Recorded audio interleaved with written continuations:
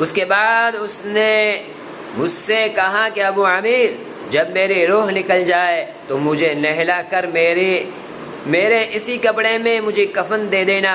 میں نے کہا میرے محبوب، اس میں کیا حرج ہے کہ میں تیرے کفن کے لیے نئے کپڑے لے آؤں؟ اس نے جواب دیا کہ نئے کپڑوں کے لیے زندہ لوگ زیادہ مستحق ہیں، جس کے پاس کپڑے نہیں ہیں، بڑے غریب اور بڑے محتاج ہیں، جو خرید نہیں سکتے، جو لا نہیں سکتے، جو کما نہیں سکتے، وہ بھی اس کے مستحق ہے، اور مالدار ہو یا غریب ہو، سارے کے سارے زندہ لوگ یہ مستحق ہیں۔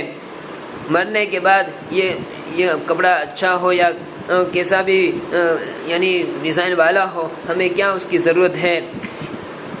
جواب دیا کہ نئے کپڑوں کے لیے زندہ لوگ زیادہ مستحق ہے۔ یہ جواب حضرت ابوبکر صدیق رضی اللہ تعالیٰ عنہ کا جواب ہے۔ انہوں نے بھی اپنے وصال کے وقت یہی فرمائش کی تھی کہ میری انہی چادر میں کفن دے دینا، اور جب اس سے نئے کپڑے کی اجازت چاہی گئی تو انہوں نے یہی جواب دیا تھا کہ لڑکے نے کہا کفن تو پرانا ہو یا نیا، بہرحال بوسیدہ ہو جائے گا، بوسیدہ ہو جائے گا۔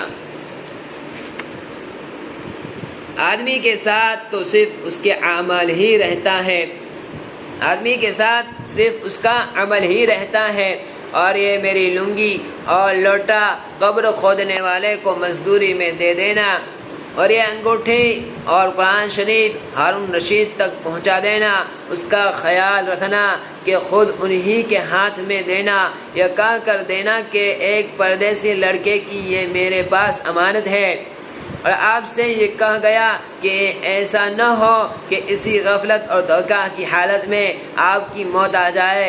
یہ کہہ کر اس کی روح نکل گئی۔ اس وقت مجھے معلوم ہوا کہ یہ لڑکا شہزادہ تھا۔ اس کے انتقال کے بعد اس کی وصیت کے موافق میں نے اس کو دفن کر دیا، اور دونوں چیزیں گور کن کو دے دی، اور قرآن پاک اور انگوٹھی لے کر بغداد پہنچا۔ قصر شاہی محل کے قریب پہنچا تو بادشاہ کی سواری نکل رہی تھی۔ میں ایک اونچی جگہ کھڑا ہو گیا۔ اول ایک بہت بڑا لشکر نکلا جس میں تقریباً 1000 گھوڑے سوار تھے۔ اس کے بعد اسی طرح یکی بعد دیگرے 10 لشکر نکلے، ہر ایک میں تقریباً 1000 سوار تھے۔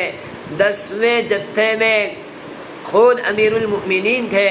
میں نے زور سے آواز دے کر کہا، اے امیر المؤمنین، آپ کو حضور اقدس صلی اللہ علیہ وسلم کی قرابت رشتہ داری کا واسطہ، ذرا سا توقف کر لیجئے، ٹھہر جائیے۔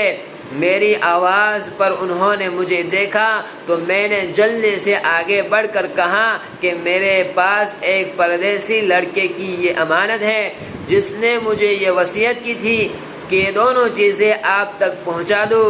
بادشاہ نے اس کو دیکھ کر پہچان لیا، تھوڑی دیر سر جھکایا، ان کی آنکھ سے آنسو جاری ہو گئے۔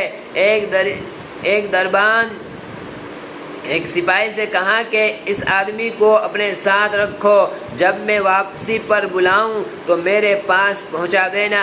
جب وہ باہر سے واپسی پر مکان پر پہنچے تو محل کے پردے گروا کر دربان سے سپاہی سے فرمایا، اس شخص کو بلا کر لاؤ، اگرچہ وہ میرا غم تازہ ہی کرے گا۔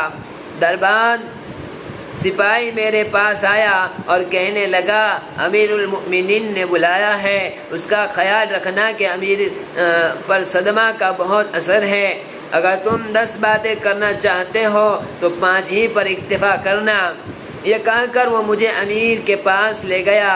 اس وقت امیر بالکل تنہا بیٹھے تھے۔ مجھ سے فرمایا کہ میرے قریب آ جاؤ۔ میں قریب جا کر بیٹھ گیا۔ کہنے لگے، تم میرے اس بیٹے کو جانتے ہو؟